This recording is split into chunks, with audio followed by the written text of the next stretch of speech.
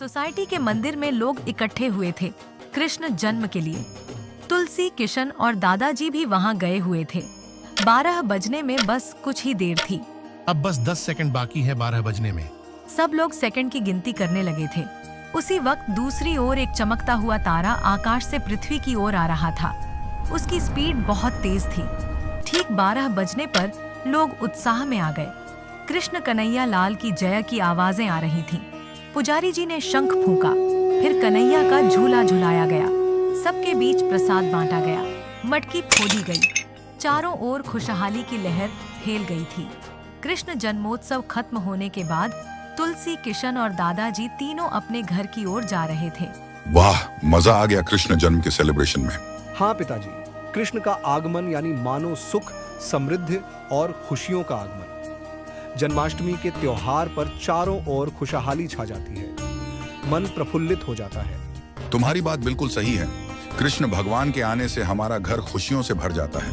पता है पिताजी, जब मैं छोटा था तो आप मुझे कन्हैया बनाते थे और फिर मैं मटकी भी फोड़ता था। हाँ हाँ, पता कैसे नहीं होगा। और फिर मटकी में जो चॉकलेट होती थी वो सब तू ही खा जाता था। वे तीनों अपने घर पर पहुंच गए थे, लेकिन जैसे ही वे घर के मेन डोर पर पहुंचे कि वहीं रुक गए। वहां जो दृश्य था उसे देखकर उनकी आंखों चौड़ी हो गई थी। वे आश्चर्य से एक दूसरे की ओर देख रहे थे। दरवाजे के पास सफेद कपड़े में एक बच्चा पड़ा हुआ था और बच्चे से थोड़े दूर एक छोटा डॉगी भी बैठा हुआ था। ये बच्चा किसका है? किसे पता, हम तो अभी अभी आ रहे हैं। बेटा तुलसी, एक काम करो तुम। सबसे पहले तो बच्चे को जमीन पर से उठा लो। तुलसी ने बच्चे को गोद में उठा लिया। उसने उसके गाल पर हाथ फिराया। उसके गाल बहुत कोमल थे। किशन, हम दोनों जरा आसपास देखते हैं। शायद बच्चे के माँ बाप मिल जाए। क्या पता कोई बच्चे को यहाँ रखकर आसपास में गया हो। हाँ पिताजी, और ये भी हो सकता है कि कोई इसे ढूंढ भी रहा हो। किशन और दादाजी दोनों आसपास देखने लगे।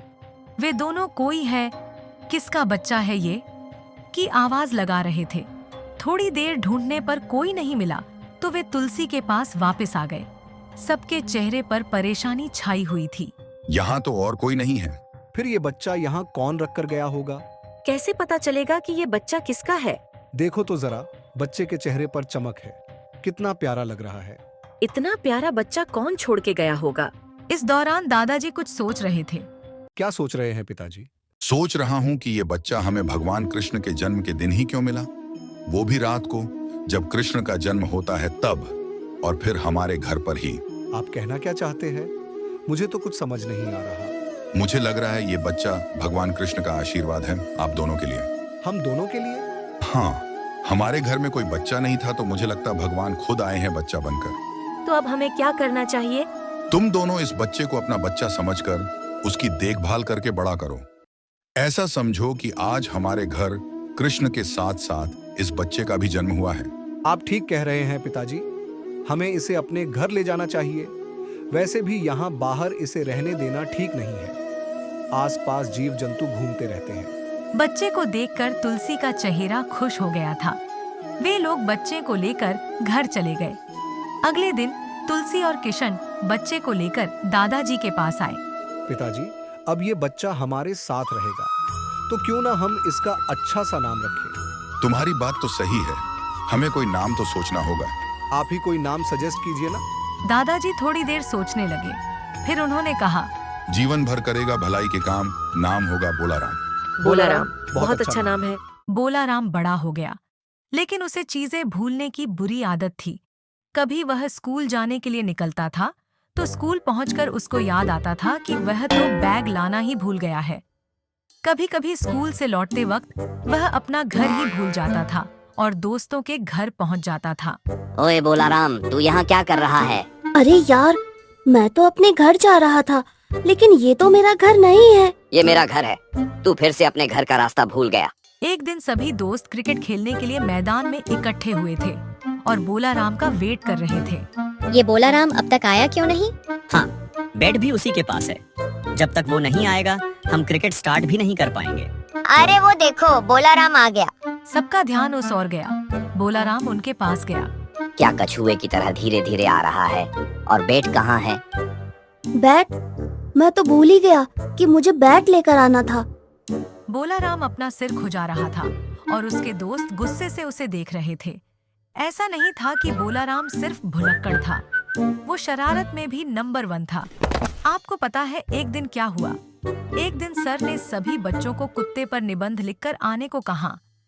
अगले दिन बोलाराम असली वाले कुत्ते के पेट पर निबंध शब्द लिखकर उसे अपने साथ स्कूल में ले गया था। उसकी ये शरारत देखकर सभी बच्चे पेट भर के हंसे थे और सर ने भोलाराम को मुर्गा बनाया था। शरारती होने के साथ साथ वो आलसी भी था। रोज क्लास में देर से पहुंचता था। एक दिन तो सर ने पूछ ही लिया, तुम डेली क्लास में लेट क्यों आते हो? सबके साथ क्यों नहीं आते? सर, झुंड में तो सुअर आते हैं, शेर अकेला आता है। यह सुनकर सब बच्चे हंसने लगे थे। उस दिन बोलाराम का जवाब सुनकर सर ने उसे फिर से मुर्गा बनाया था। फाइनल एग्जाम से पहले बोलाराम ने खूब पढ़ाई की थी। इस बार तो एग्जाम में अच्छे नंबर से पास होकर सबकी बोलती बंद कर दूंगा। फिर जब वह अगले दिन एग्जाम देने गया तो घबराहट के मारे उसको कुछ याद ही नहीं आ रहा था। उसने जो भी पढ़ा था वो सब उसको घर पे याद था, लेकिन एग्जाम हॉल में आते ही सब भूल गया। इस वजह से वह उस एग्जाम में बड़ी मुश्किल से पास हुआ था, या कह लो कि बड़ी आसानी से फेल होने से बच गया था। ये सब देखकर दादाजी को बोलाराम की बहुत चिंता होती थी। लेकिन एक दिन जैसे कुछ चमत्कार हुआ। उस दिन बोलाराम का 13वां बर्थडे था। उसके घर एक छोटी सी पार्टी रखी गई थी। उसके दोस्त शौर्य, मिष्टी, बली और कृष घर पर आए हुए थे। केक देखकर बली के मुंह में पानी आ रहा था। ये शौर्य कहाँ रह गया? अपने बेस्ट फ्रेंड की बर्थडे पार्टी में भी लेट। और नहीं तो क्या, कम से कम आज तो टाइम पर आना चाहिए था। कोई बात नहीं दोस्तों, थोड़ी देर में आ जाएगा। वैसे बली, क्या सोच रहा है तू? यार मैं सुबह उठता हूँ तो आधे घंटे तक मुझे चक्कर आते हैं। तो कल से आधा घंटा लेट उठना, चक्कर नहीं आएंगे। सब हंसने लगे। इतने में शौर्य आ गया। ओए कहाँ था तू अब तक? सब तेरा ही वेट कर रहे हैं। मैं तो कृष का वेट कर रहा था अपने घर। उसने कहा था कि मैं तेरे घर आऊंगा, फिर हम साथ में जाएंगे। मैं तो तेरे घर पर आया था और साइकिल की बेल भी बजाई थी। अच्छा तो वो तू था। मुझे लगा भंगार वाला है और भंगार के लिए बेल मार रहा है। ठीक है, अब वो सब छोड़ो। बोलाराम, जल्दी से केक काटो यार, ताकि तेरे पेट में चूहे दौड़ना बंद हो जाए। बोलाराम ने केक काटी। सबने बार बार दिन ये आए गीत भी गाया। केक कटिंग हो जाने के बाद दादाजी ने बोलाराम को एक गिफ्ट दिया। बोलाराम ने खोलकर देखा तो उसमें श्रीमद् भगवद गीता थी। वह बुक जिसमें भगवान श्री कृष्ण ने अर्जुन को दिया नॉलेज था। दादाजी, ये तो बुक है। ये सिर्फ बुक नहीं, भगवत गीता है। भगवान कृष्ण का नॉलेज। महाभारत में जब कुरुक्षेत्र के वॉर के दौरान अर्जुन कंफ्यूज था, तब भगवान कृष्ण ने गीता का नॉलेज उसे दिया था। हमारी लाइफ के सभी सवालों के जवाब इस बुक में है। तू ये बुक हर रोज पढ़ना। लेकिन ये मेरे क्या काम आएगी दादाजी? ये तुझे बाद में पता चलेगा, लेकिन तू ये बुक जरूर पढ़ना। ठीक है दादाजी, आपने कहा है तो मैं जरूर पढ़ूंगा। दादाजी को बोल तो दिया कि मैं जरूर पढ़ूंगा, लेकिन बोलाराम को उसमें ज्यादा इंटरेस्ट नहीं था, तो अपनी बाकी बुक्स के साथ उसे अलमारी में रख दी। दादाजी उसको हर रोज पूछते रहते थे, बेटा बोलाराम, तुमने भगवत गीता पढ़ी? पर बोलाराम शर्मिंदा होकर ना कहता था। एक दिन उसने तय कर लिया कि अब से मैं भगवत गीता जरूर पढ़ूंगा। वह हर रोज भगवत गीता का एक श्लोक पढ़ने लगा। धीरे धीरे उसको मजा आने लगा। उसको जहाँ भी कुछ समझ में नहीं आता था तो वह अपने दादाजी से पूछ लेता था। जब वह भगवत गीता का आखिरी चैप्टर पढ़ रहा था तो उसको फील हुआ कि एक मैजिकल लाइट उसके माथे पर चमकने लगी है। धीरे धीरे वह लाइट उसके मस्तिष्क में समा गई। उसके अंदर मानो कोई पावर आ गई थी। फिर से जब फाइनल एग्जाम आई तो बोलाराम कॉन्फिडेंस के साथ एग्जाम देने गया था। एग्जाम हॉल में जाकर वह बैठ गया। जब उसके हाथ में पेपर आया तो घबराहट के मारे वह नर्वस हो गया।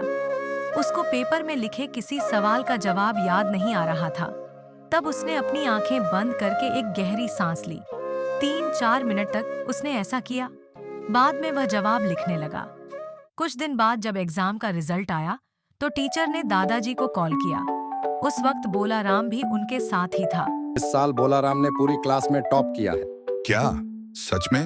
हाँ, लगता है शरारती और भुलक्कन बोलाराम अब बहुत होशियार स्टूडेंट बन गया है। टीचर की बात सुनकर बोलाराम और दादाजी खुश हो गए थे। बोलाराम ने दादाजी से कहा, थैंक यू दादाजी। अगर आपने मुझे भगवत गीता गिफ्ट में नहीं दी होती तो शायद मैं अपनी आदतें सुधार भी नहीं पाता और स्टडी में इतना अच्छा परफॉर्म भी नहीं कर पाता। मैंने कहा था ना कि तुम्हें बाद में इसके पावर के बारे में पता चलेगा।